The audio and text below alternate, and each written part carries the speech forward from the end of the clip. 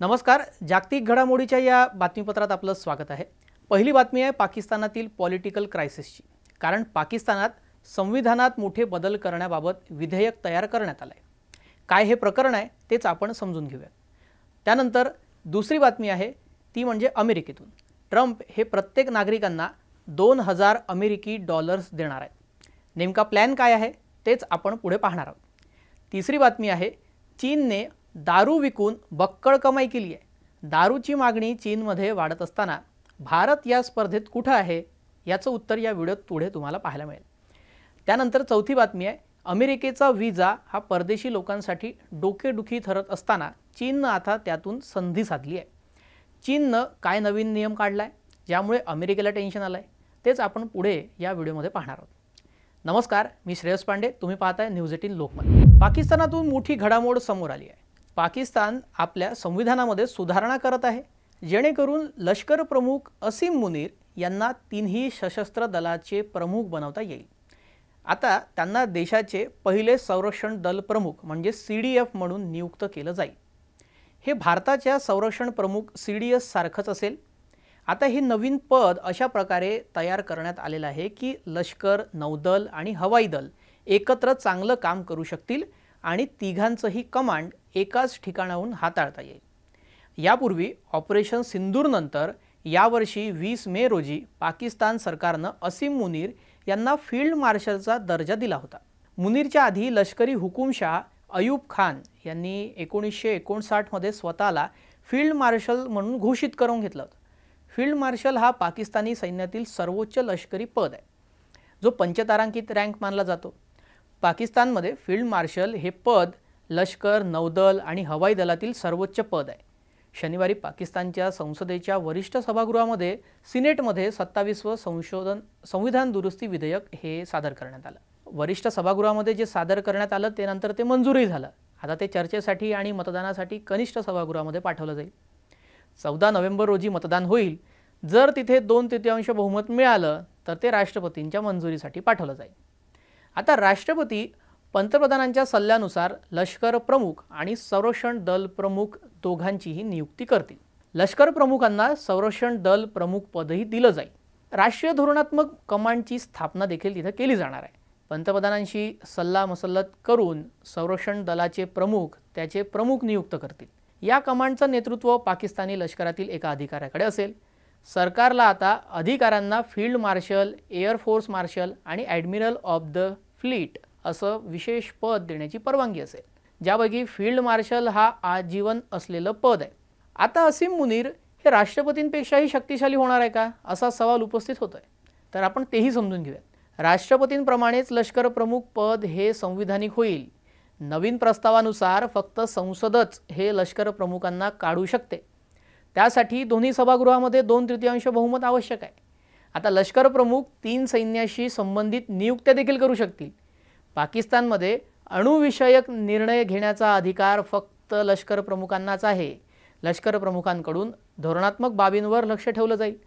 या व्यतिरिक्त घटनेत अशी तरतूद केली जाईल की फील्ड मार्शलचा दर्जा आणि त्याच्याशी संबंधित विशेषाधिकार आयुष्यभर असतील. याचा अर्थ असा आता की फील्ड मार्शल हा सन्मान आणि पद आयुष्यभर राखून ठेवेल.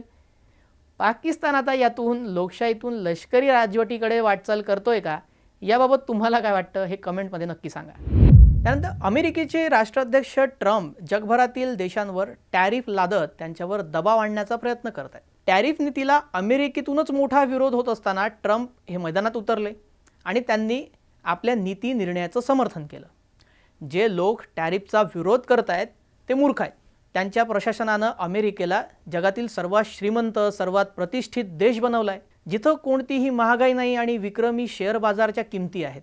देशाला टॅरिफमधून $1 ट्रिलियन मिळतात असं ट्रम्प यांनी सांगितलं, ज्याचा वापर आता ट्रम्प $37 ट्रिलियन राष्ट्रीय कर्ज कमी करण्यासाठी करणार आहेत. त्यांचं प्रशासन लवकरच ते फेडण्याची सुरुवातही करेल असं ट्रम्प यांनी सांगितलं. ट्रम्प यांच्या नेतृत्वाखाली अमेरिका जगातील सर्वात श्रीमंत आणि सन्मानित देश झाला आहे असं सुद्धा सांगायला ट्रम्प विसरले नाही. लवकरच बहुतेक सर्व अमेरिकन नागरिकांना $2000 टॅरिफ डिव्हिडंड मिळणार आहे असं ट्रम्प यांनी जाहीर केलेलं आहे. ट्रम्प यांनी प्रस्तावित टॅरिफ लाभ हा नेमका कशा प्रकारे वितरित केला जाईल आणि तो कधीपर्यंत मिळेल हे मात्र सांगितलं नाही. याबद्दल त्यांनी कुठलीही अधिक माहिती दिलेली नाही आहे. आता टॅरिफ डिव्हिडंड हे शब्द ऐकल्यावर तुम्हाला प्रश्न पडला असेल की हे काय आहे? तर हे सोप्या भाषेत आपण समजून घेऊयात. टॅरिफ म्हणजे आयात केलेल्या वस्तूंवर सरकार जे आयात कर लावते, इम्पोर्ट टॅक्स त्याला म्हणतात. जेव्हा एखादा देश, उदाहरणार्थ अमेरिका, इतर देशांकडून येणाऱ्या वस्तूंवर टॅरिफ वाढवतो तेव्हा त्या वस्तू महाग होतात आणि सरकारला जास्त महसूल मिळतो, म्हणजेच रेव्हेन्यू मिळतो. आता टॅरिफ डिव्हिडंड म्हणजे हा अतिरिक्त महसूल, म्हणजेच आता टॅरिफमधून मिळालेला पैसा नागरिकांना परत देण्याची योजना किंवा बोनस. म्हणजेच ट्रम्प यांच्या विधानानुसार जर आपण पाहायला गेलं तर अमेरिकेने टॅरिफमुळे जेवढा अतिरिक्त पैसा कमावला आहे त्यातून प्रत्येक नागरिकाला $2000 देण्याचा त्यांचा प्रस्ताव आहे.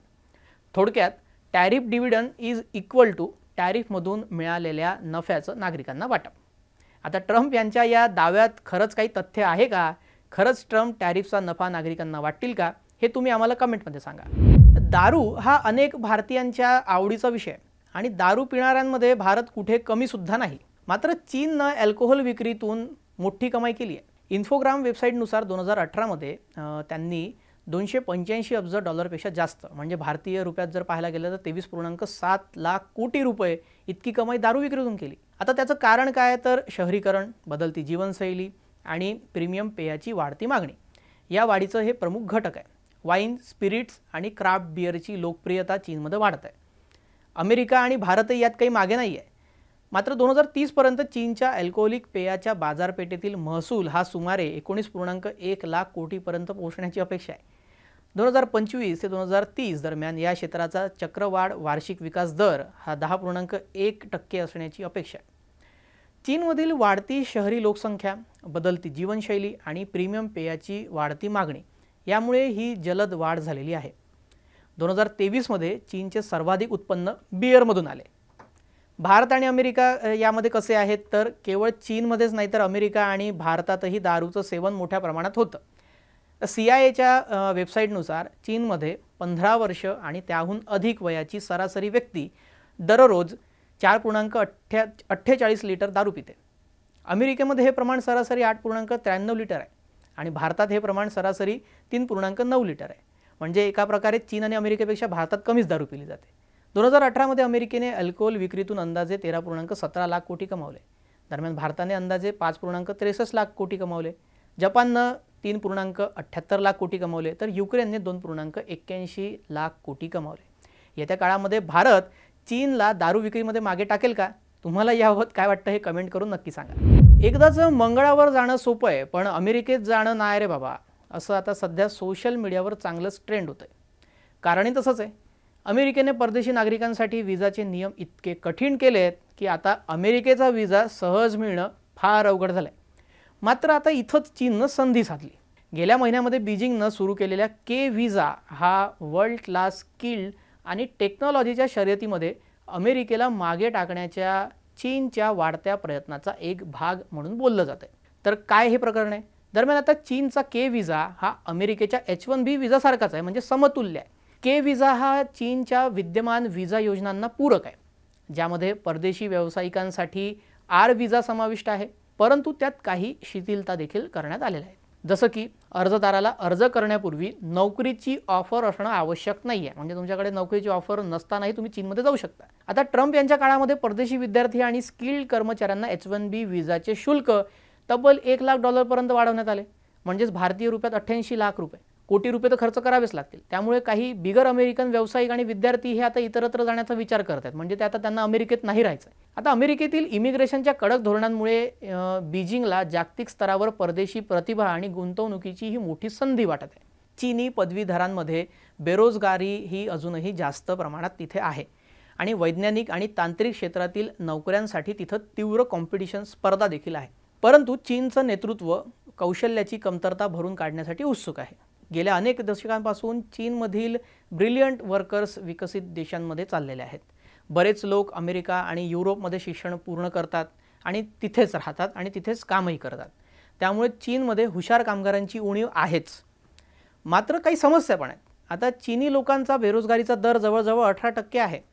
अधिक परदेशी व्यावसायिकांना आकर्षित करण्याच्या मोहिमेवर आता त्यामुळेच प्रश्नचिन्ह उपस्थित झाले आहेत. की परदेशी व्यावसायिक हे नवीन तंत्रज्ञान आणण्यास आणि विविध आंतरराष्ट्रीय दृष्टिकोन आणण्यास मदत करू शकतात, परंतु के व्हिसा धोरण लागू झाल्यामुळे काही चीनी तरुण जे तिथे आहेत त्यांना हे कॉम्पिटिशन देखील वाढवू शकतं। सोबतच चीन हा जगातील सर्वाधिक आबादीवाला देश आहे। सुमारे 1.4 अब्ज लोकसंख्या असलेल्या चीनमध्ये 2023 पर्यंत फक्त 7,11,000 परदेशी कामगार होते। त्यामुळे आता चीन जरी परदेशी नागरिकांसाठी देशाची दारं खुली करत असला तरी मुंबईप्रमाणे परदेशी लोकांना इथून पळवा असं आंदोलन चीनमध्ये सुरू झालं नाही तर नशीब समजा। जोकसपाट, पण तुम्हाला अमेरिकेऐवजी जर चीनला नोकरी किंवा शिक्षणासाठी जायला आवडेल का हे कमेंटमध्ये आम्हाला नक्की सांगा। आणि असेच ग्लोबल अपडेट पाहण्यासाठी न्यूज 18 लोकमतला सबस्क्राइब करायला विसरू नका।